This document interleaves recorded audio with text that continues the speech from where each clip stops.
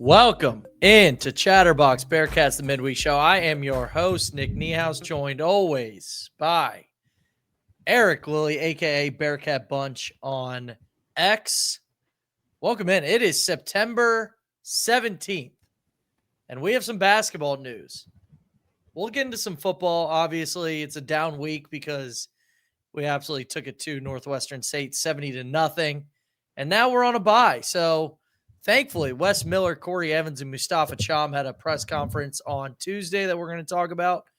And we didn't get Lilly's thoughts on the beatdown last Saturday. So we can start off with that because I don't think we're going to spend too much time before we get into hoops. But, Lilly, what'd you think about that? Were you at the game? I was at the game. I didn't see you. Yeah. I took a picture at the end of the game to prove that I stayed for the whole thing. It's going to be something I tell my grandkids about. I don't know why I didn't leave. It became a competition at some point where everyone else was leaving. You're like, we were talking about, hey, should we just stay? Like, see what happens. It was embarrassing. Spent most of the first quarter laughing, and then it started to be like, okay, this is sad. I would just rather play a MAC team. The chance of losing is I personally don't love it, but I did like seeing guys that we're not going to see again this year. While it doesn't feel like it matters because it's Northwestern State, it's still good for guys to get reps. You could tell coach was really happy about that in the presser, just getting guys in to be able to like talk to them throughout the week about what they did, break down the film for guys that are on the sideline all year. That doesn't really matter for this year. And it might not matter ever. There was no pressure in terms of the game result, but a lot of guys take their reps really seriously. So it can still be teachable, but it was nice to see Sorsby just keep tossing. We got 5 touchdowns, didn't throw an incompletion. I don't have much, like the wide receivers, multiple guys with touchdowns. Caleb Goody had his breakout game. And then Royer had 2 touchdowns. That was nice because you just sometimes you look at his numbers, you're like, how did he not have more touchdowns last year? Yeah. So he's gotten that floor up a little for this year. But just seeing guys like, I'm probably going to say some names you've never heard of, Niehaus, because you left at halftime. But Isaiah Johnson had 2 touchdowns, and he technically could play this year if we have an injury. He's right there in the wide receiver 2 deep. He's a late transfer. Sad always talks about how he hasn't been playing football very long, just a couple years. And just seeing a guy like that look like 3 times an athlete of anybody on their team it's impressive, but also like, can we really take anything from – I don't think we could compare athletes. Like, you can't even say he looked impressive, I guess. And then Samaj Jones. Good to see Samaj. He got his touchdown. He looked good on the ground. Physical runner. Like, he's short, but man, if a DB is running at him, he's going to knock him to the ground. Hopefully we don't see him much this year, but I'm kind of excited about his future. I think the staff really likes him. Yeah, I had fun. I did only stay till half. So it's like catch-22 because I enjoyed it, but I left. But as a Bearcats minus 48.5 ticket holder, cash it. The only one I hit all weekend, actually, ironically enough. I got to stop with the parlays. That's what gets me. But that's what got me. Yeah, but cash the minus 48.5. Never a doubt. We had 21 points like 5 minutes in.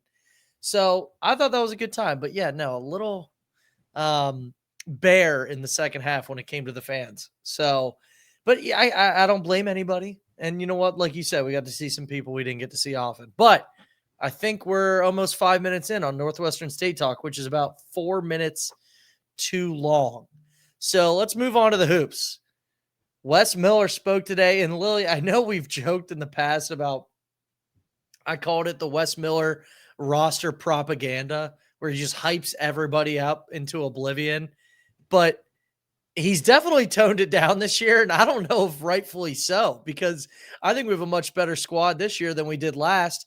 Now, of course, if you were to talk to me in September of last year, I wouldn't have been saying that because I thought we were really, really good. But with that being said, there's some things that he's excited about. I want to start with you. What are the number one takeaways? And we'll get into Corey Evans and Mustafa Cham. But starting off with Wes Miller, what are some things that he said that you're taking away from his press conference on Tuesday? Practice starts Sunday. That's the most important thing right there. We're almost there. Just excited to see a new team out there. But seriously, about specific players, he mentioned Jalen Celestine and how he almost feels like an extension to the coaching staff, just a guy that's easy to get along with. And in the podcast with Abayev and Tillery, Abayev probably accidentally mentioned that Celestine has been out with an injury. So I'm sure Celestine has really actually been doing some coaching lately.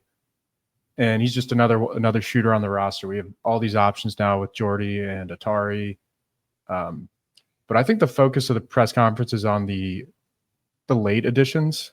There was a lot of talk on Jordy Rodriguez and Lucas Atari and like European stuff in general. Mentioned like skill set and fundamentals, and that they're like old freshmen. Like these guys are in their 20s. They're experienced. They're just good at basketball. Like Tillery in the podcast is like, he just straight up said, I need to work on my off-ball defense. Like in the way he said it, made it sound like he stinks at off-ball defense. And these guys are just seasoned veterans. Wes pointed out like the shooting and for Jordy and Atari. And then one thing I thought that like you can kind of see in the video that also was mentioned by Wes and Corey is Atari's toughness. He's got a little bit of that edge that, we keep talking about with this team, how it should be a big improvement over last year. You can see it with him for sure. Not so sure about Jordy Rodriguez in that department, but they're both tall-ish, can shoot, movement off the ball. And we need to see it, though. We're almost there.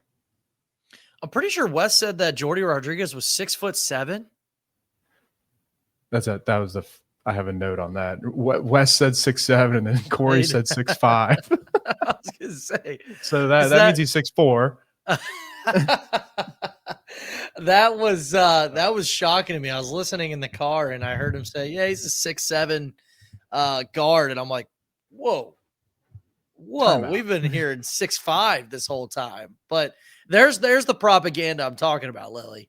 But my main takeaway from Wes, first thing that he said, pretty much, that was the first question he was asked. So it's not like it was not like his opening statement. So probably not fair to say the first thing he said, but the first thing he said was that it was extremely important to get guys that we can throw it into the post who can score with their back to the basket.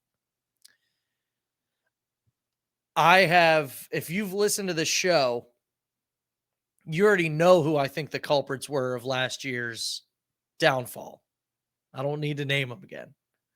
I think those two were the main issue, but I think the lack of offensive production probably stemmed more so from the fact that we had a gaping hole in one fundamental of basketball, and that is being able to throw it into the post and get a bucket. Like that was just completely missing.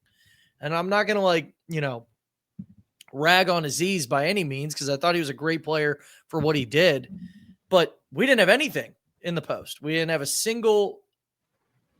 I think there was one time where Aziz made a post move and got a bucket, and that was in February. Because I tweeted, I'm like, wow, we actually just got a post bucket. Like, that puts so much strain on your jump shooting, especially when you have two small guards like Jizzle and Day who aren't great at the rim. So having those two guys, and I did think it was funny that was the first thing he talked about. Granted, again, it's the first thing he was asked about. But that is a huge difference this year. I think that is a humongous plus when it comes to this year's team. I mean, he was talking about Cham he said Chom has been a surprise there, which I know that Chom is obviously not defensive first, but going to be one of the best defenders in the Big 12. But he said Chom can go over both shoulders. And he said, especially with a deeper pass. So that tells me that Chom might still have a ways to go a little bit when it came to back to the basket. But he said that we have two guys that can score. Obviously, Jalen Haynes being the other. Then he mentioned Halvin, Zella, and Tyler McKinley. But Lilly, that changes everything. That changes the entire way the offense runs. And also, we didn't even have a post coach last year either. So I think that takes a lot of strain off the shooters. And then we do have more shooters. So we might see a completely different offense this year, right? First of all, I'm kind of calling BS here on Wes. I feel like I've watched every bucket of Chom and I mean, it's better than Aziz, sure, but I don't think it's going to be something we see a lot of. But again, Really? there are moments where you need it. I think that might be off-season hype, with Wes and all that jazz. But I do think Haynes is like gonna do that for us. Like he'll, last year how many post-up buckets did we score last year? I think one. I think one. Like, literally, I just can't remember that happening much. Baba, I think, can do it a little more than Chom, but Haynes is going to be that guy. If we see a weakness in the opposition, he'll be out there doing it. And it would be the way I'm mentally preparing myself for it is if Chom does it, that's a huge surprise. But I do think he'll be better than Aziz at it. And yeah, maybe a little McKinley, probably not much Zella, but it's on the team now. So it'll be an option. But he also mentioned the passing. I thought that was, or wait, that might've been Corey, but the big man room in general, if you want to talk like Baba, McKinley, Zella, Chom, Haynes, there's more tools there to do different things based on each game. 100%. That's not off-season hype. That's not cope. It's a fact. Well, it's funny because, there was when we got Haynes and you're watching the transfer portal tape and he gets a ball screen, goes through the legs, spin move into the, into a defender, scores a bucket. It was like a guard driving, right? And I remember making the joke, like if Aziz Bendigo tried to do this, he would combust into a million pieces. And UC just put out a clip yesterday of, gosh, I forget who made the pass, but behind the back pass. It was Harris, I think. Yes, it was Buck Harris who made the fast break behind the back pass to Chom. And Chom handled it well, dunked it in, right? And it's I thought again to myself, I'm like, on a fast break, if Aziz gets this pass, there is a 75% chance that that's a travel. Bounce off his chin or something. Yeah, something of that name. He was a baby deer. He looked like a baby deer. And again, I'm not making fun of Aziz because he was good for what he was good at, right? But we are absolutely upgrading. Absolutely upgrading. And to be fair to Wes, even though I have said he loves his offseason hype, he did say that Chom has been a surprise there. So maybe it's stuff that we haven't seen, but I'm with you. Maybe not so much, but I want to highlight one sentence you said. It's on the team. It wasn't on the team last year. It wasn't an option. It might not be great on the team this year, but it's an option. So I think that changes everything. Another thing that Wes talked about was Keyshawn Tillery. He was talking about just the way he approached the summer. Had good moments, you can tell that he's more of a workhorse this summer and the way he approached it and the way his work ethic was. You could tell that that's kind of what Wes was leaning into when he was talking about Keyshawn Tillery more so than I think the play itself. I'm sure he was really good, on the court, obviously, but Wes made a comment where he's like, look, I think freshman point guard is the hardest position in basketball. So I would just temper those expectations, right? I think that was his nice way of tempering the fans' expectations because you hear this summer, that he's been the most impressive. And again, he might have been on the court, but again, we're talking about a freshman point guard in the Big 12. Did you take it the same way? Yeah, for sure. And I've been saying that. Like, I'm not going to write Keyshawn's story for him, but I'll tell you right now what's going to happen.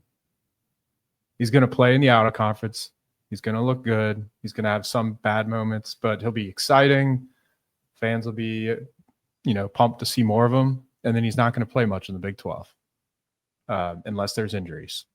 So, and then people are going to be tweeting at Wes Miller to play Keyshawn Tillery. It's a tough position to play in the Big 12 as a freshman, unless you're a top 15 recruit. And even then it's still tough, but I still think that's great though.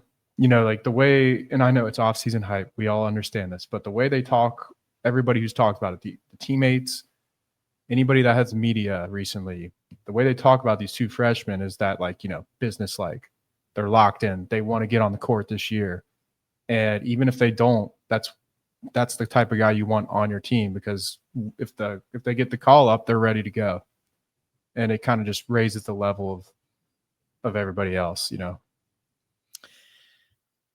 Absolutely. Lastly, I have the note that Wes said that Celestine is the first player coach since Bill Russell. And he said, he's like, I look at Celestine, I think he's 35 years old. That's interesting. And then lastly, he said summertime was more competitive than he's ever seen. So I think that points to the whole dog factor that we've been talking about. Like, I think these guys are winners. They want to win. Cue the who was that? Was that Romeo Crennel that I tweeted the video of last year? He's like, I want winners. I want guys who want to win. I think we got those guys. Wes kind of reiterated that on Tuesday. That's all my notes for Wes Miller. Is there anything glaring that I'm missing when it comes to what Wes said? I have nothing else other than that. All right, let's move on. Go ahead. I found the Corey Evans segment to be much more fascinating personally. Well, it's funny you say that. I only have 2 notes for Corey Evans, so you might have to take the bulk of this one. But the first thing I have for Corey that I thought was interesting, maybe it's just because I couldn't hear him as well. I was playing him, through the car and everything. The playing style is what they wanted internationally. Like, I wrote this down in notes. That's such a bad way to say it. They went international because that's the playing style they wanted. Mm-hmm. Versatility. He said everyone has one superpower.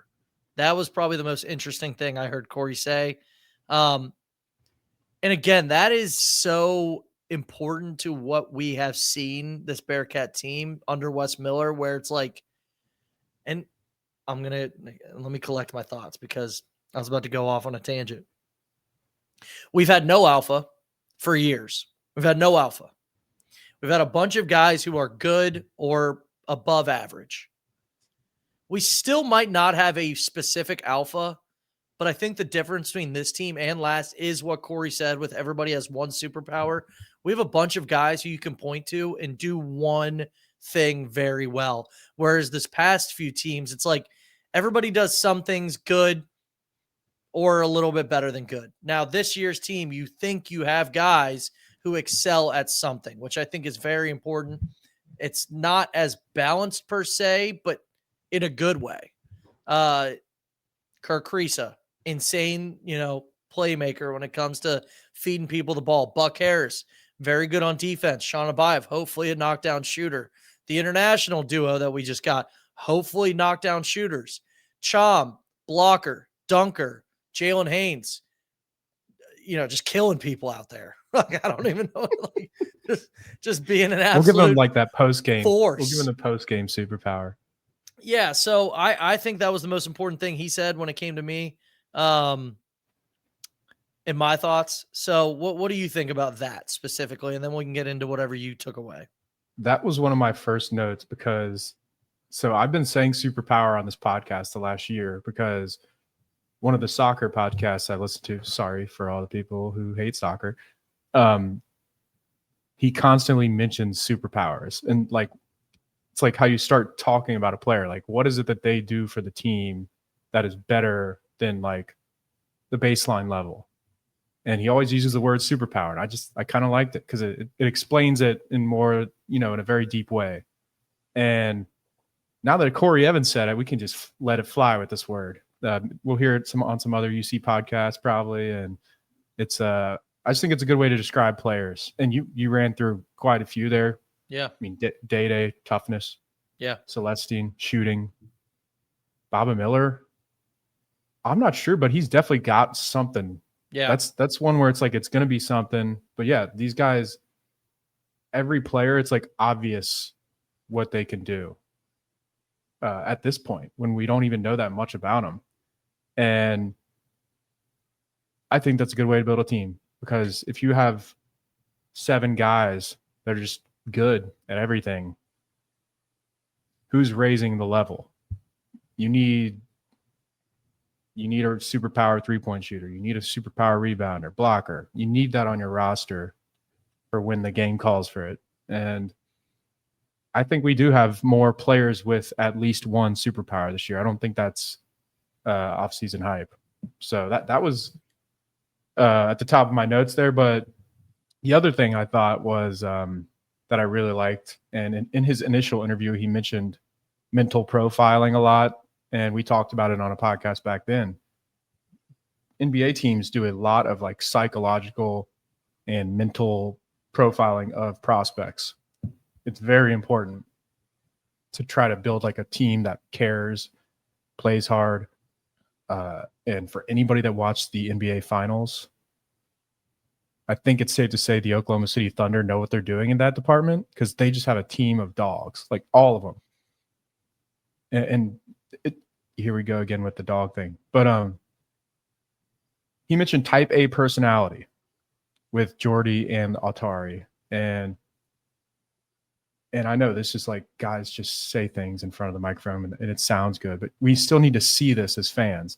But I'm kind of buying what they're selling on this mental profiling thing for this roster, especially when compared to last roster and the year before it.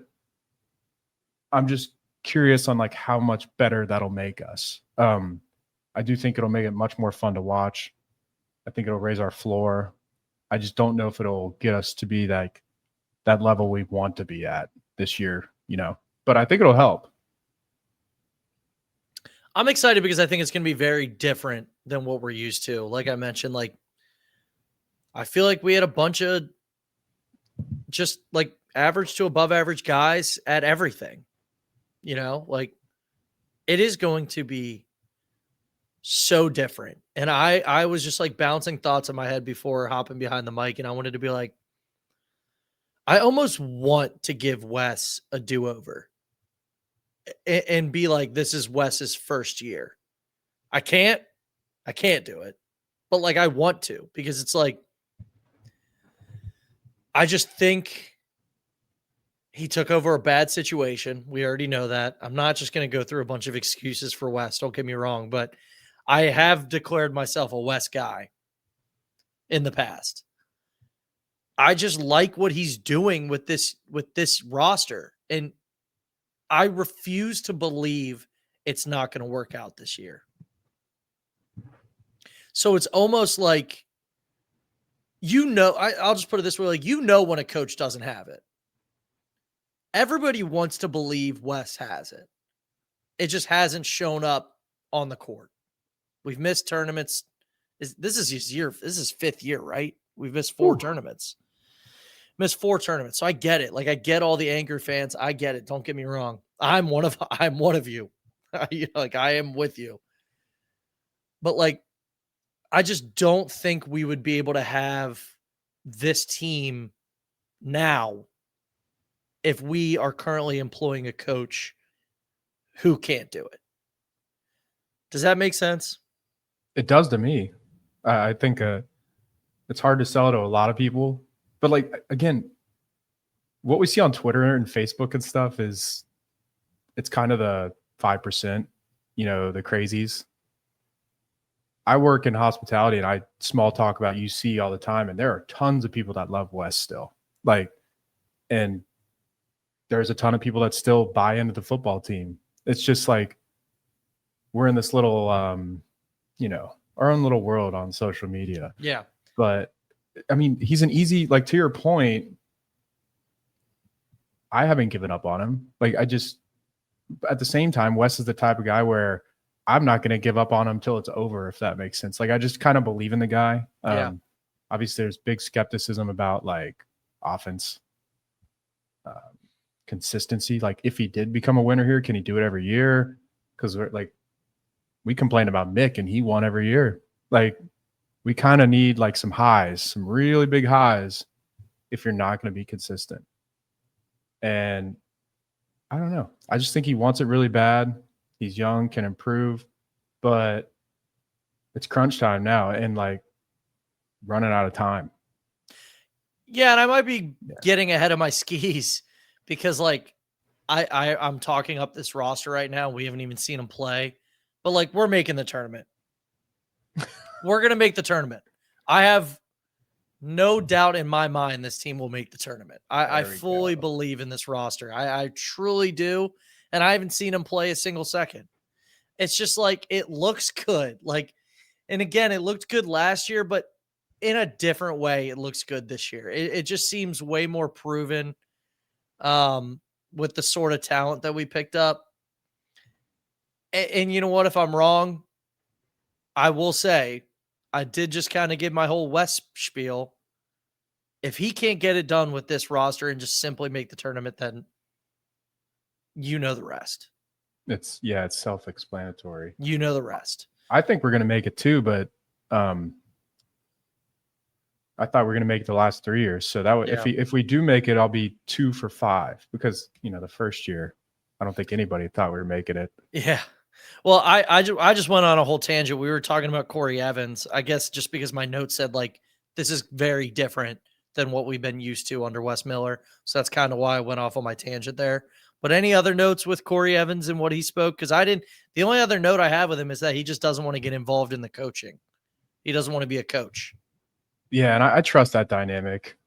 Like they seem pretty open about it. He's already mentioned multiple times about like kind of getting in fights with Wes about, little things that they're friends. They're both competitive. He even mentioned it like this is my career too, like with his decision to come here. And the main thing is like I feel okay as a fan knowing that they both are competitive and they want to win here. That's all I need to know to sleep at night. There are a lot worse situations to be in. There are lame duck coaches they have no chance of winning. We are not in that situation. We've got a shot here. And just in terms of like another quick thing I noticed was talked about the passing of our big men and like their assist rates. And Jalen Haynes and Baba Miller both have extremely high assist rates. They also turn the ball over a lot. So back to what you were saying about this team looking different. This team is the way they play basketball is going to be much different than anything we've seen under Wes since he got here, which is cool, but also like, man, how did it take this long to like get some guys that can play different and play smarter? He mentioned the type of person they're trying to recruit, quick at processing information, passing. We have, they can switch on defense, make the right decision under pressure, and then retain information based on like looking at film and what they learn from games. And they think they have a really good roster that can do all that. Smart players. So we better be seeing a top 60 offense here, Niehaus. Like, come on. We were top 100, or we were 100th last year, 79 the year before. That best offense was the Landers Nolly one when we had a four that wasn't. He was more of a 3. Yeah. But like since then, we've been playing 4s that are more 5s. So just, shocker. The defense gets worse when you're playing like big men who aren't 4s. Whoa. Yeah. So Baba Miller, I think, is the most important part of this team in terms of reaching its potential on offense, personally, because he's taller than Landers. He's actually a 4. He can shoot. He can also drive to the bucket. He has a crazy ceiling, but also a very volatile player that might not get better. So that is the player for me. If UC reaches its high-end outcome, it's going to be because of Baba Miller, in my opinion. Interesting take there. Interesting take. I didn't come prepared with a specific player, so I won't give one. two things I'm thinking of. One, poor Wes Miller, because if we do well, people are going to be like, hey, man, that Corey Oh, Evans guy really knows how to seriously, pick him. You know what I man. mean? It's like he's That'll open a whole can of worms of oh team my building gosh. Yeah. But also, I'm listening to Corey Evans talk, and they asked him about how he got involved with Atari, and he's like, oh, his agent reached out or something of that nature. And I'm like, I'm sitting there driving, listening to this, and I go, here I am, listening to the University of Cincinnati men's basketball team general manager talk about this college kid's, well, he wasn't college, I guess, in Brazil at the time, but listen to this basketball player's agent to get That him makes to it crazier UC. that he's I'm a like, pro player. I'm like, is this kid, does he have to go to calculus still? Like, what, like, we are so far gone from the student athlete piece. And I'm not saying that they don't go to class or any of that. That's not my point. But like, UC's general manager talked to this professional foreign player's agent and got him on campus to go to the University of Cincinnati. It's crazy. It's crazy nowadays. It's crazy. And they're paying him. Yep. It's crazy. So that's my piece on that. All I care about is if they're good or not. Yeah, yeah, that's very true. It's fun, you know, it's cool, and I'm glad we have this. I'm glad we're above the 8 ball when it comes to this stuff. Mustafa Cham talked.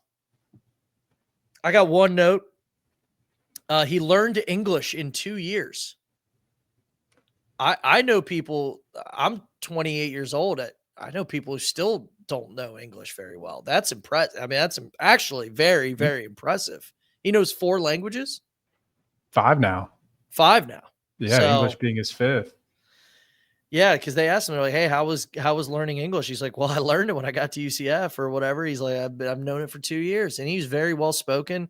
The thing that was shocking, I guess this is what Corey Evans said, but it's about Cham, was he's talking about his confidence. And he's like, once he realizes he's really good, he's going to be really good.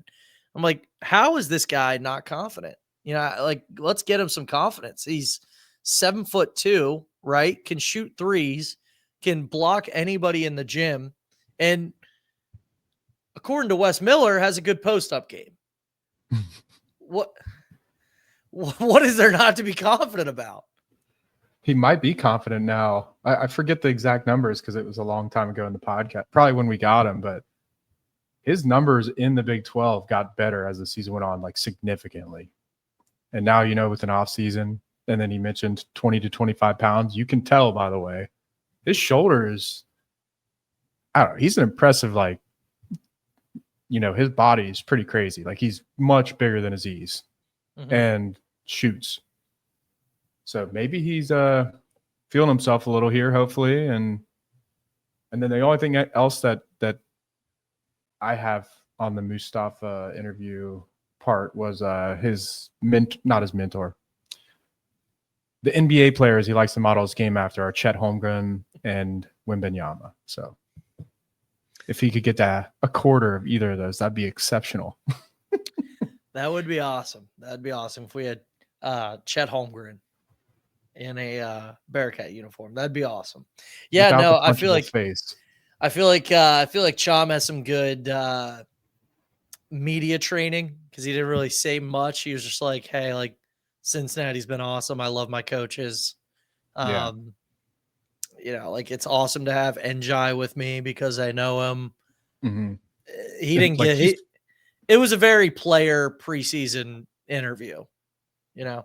To the English language part of it, he's picked up like not only just a language, but that. Like, like a lot of times you'll hear international guys just say stuff like, "Yo, why did you say that?" Like, that's not how you say that.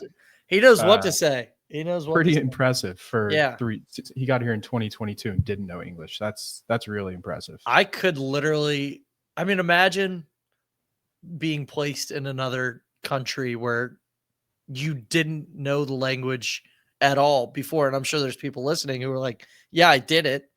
But like, then you're there probably for the rest of your life and you have to learn that language. I don't know if I could do it.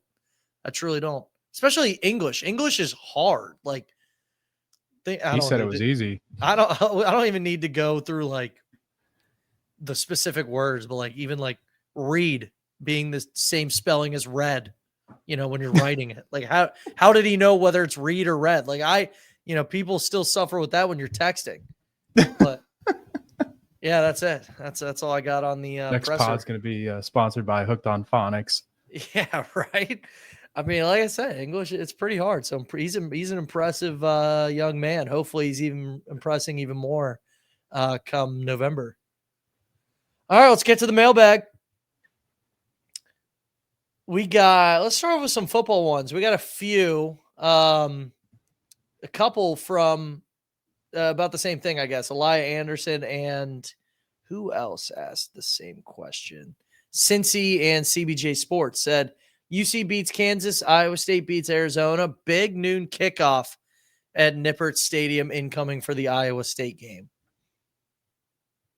I think that's a very good possibility, right, Lilly? Yeah, it's possible. I think this is why I haven't given up on the team. Like, we're just one win away from everyone being like, wait, this is exciting. Like, if we beat Kansas, we might get big noon for the top 10 Iowa State coming to town. I do think we need to beat Kansas, and I think Iowa State needs to beat. I think they play UCF. I think they should be able to do that.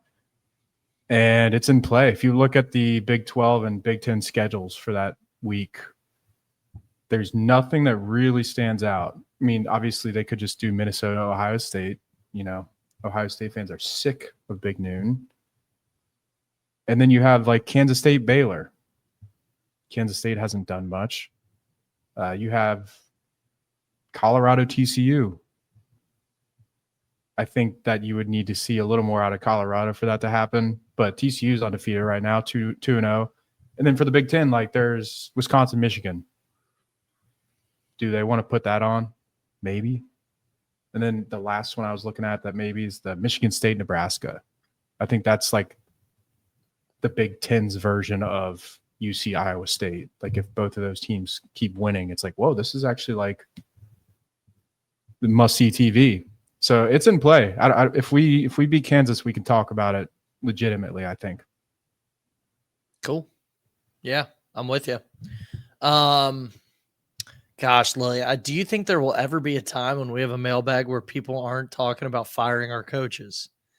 I think that and we didn't even lose. I know. I can't. It's probably the Lance McAllister tweet. That's what it was. Yeah, we've already. I mean, I can't answer who's going to get canned first, Satterfield or West. Like we've answered that a million times. Yeah. No disrespect to asking the question. Thank you for asking, but I was gonna say it's just we've just done it so much. I guess technically, I don't know. That's a tough question. Here's a good one. Now, here is a question that when I think of the mailbag, these are the fun ones. Big Slime, the Big Slime burner. Who is likely taking the last shot of the game with a hypothetical 2-point deficit this basketball season? Ooh. 2-point deficit. 2-point deficit, last possession. Time running off the clock. Who's taking the shot? I feel like I should say Abayev, but it might just be whichever guy's on the wing, like whether it's Celestine or Atari or Kerr, or it could. But now we're getting to the alpha thing again. Mm-hmm. Mm-hmm. I want it to be Abayev. How about that? Yeah. Do you want it to be a Chom post up to tie the game? That's what I was thinking. That's what I was thinking. Give it to Chom. Give it to Chom and alley-oop to Chom. Yeah. I think it won't be Dan Skillings. No. I didn't I should have prepped with this for somebody. You know what? Give me mailbag's way better when we don't prep. Give me Kirk Carissa. It's funny. That's gonna be my answer for every single who's gonna be the best scorer. I'm just gonna keep saying Kirk Carissa. I hope it's him. It's not. I don't think. I think he's gonna be a really good player. I think that's one of the better answers you can have, though. I think Kirk Carissa would be a great. He's gonna be out there. Yeah. Yeah. Okay.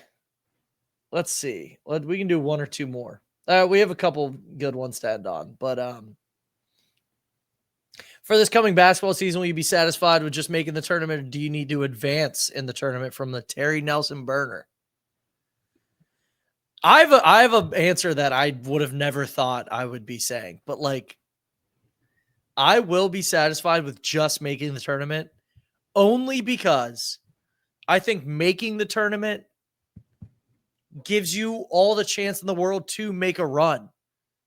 So it's like, if we say, and it also depends how we lose. You know what I mean?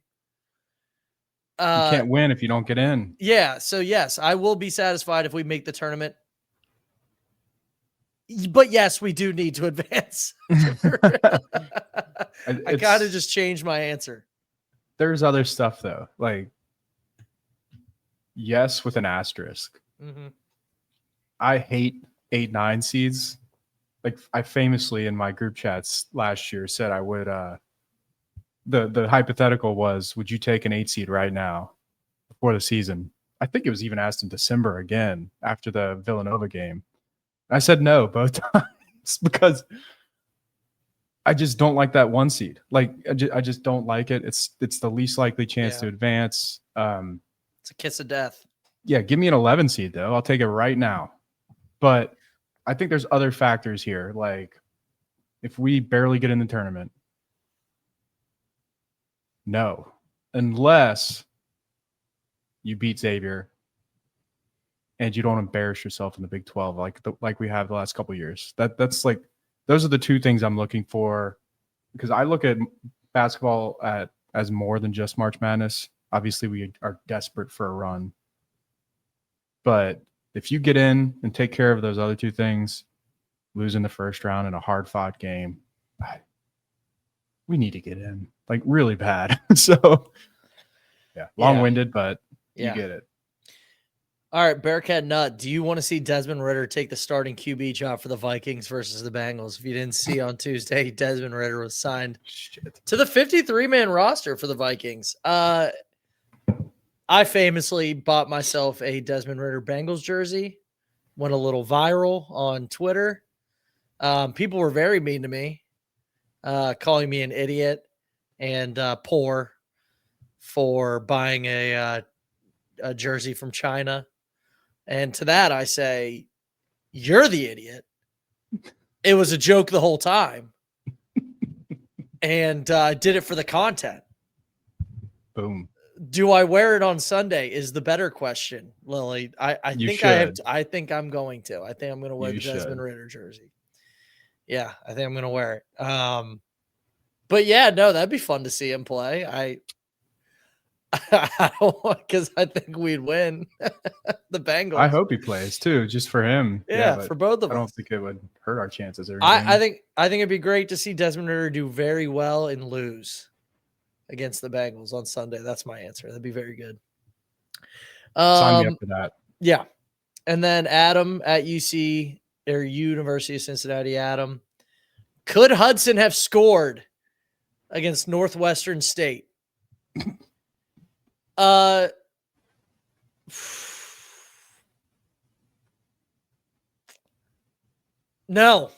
he couldn't have. No, he couldn't have. If we're talking basketball, sure, because he's a Guinness world record holder, but shooter from 3.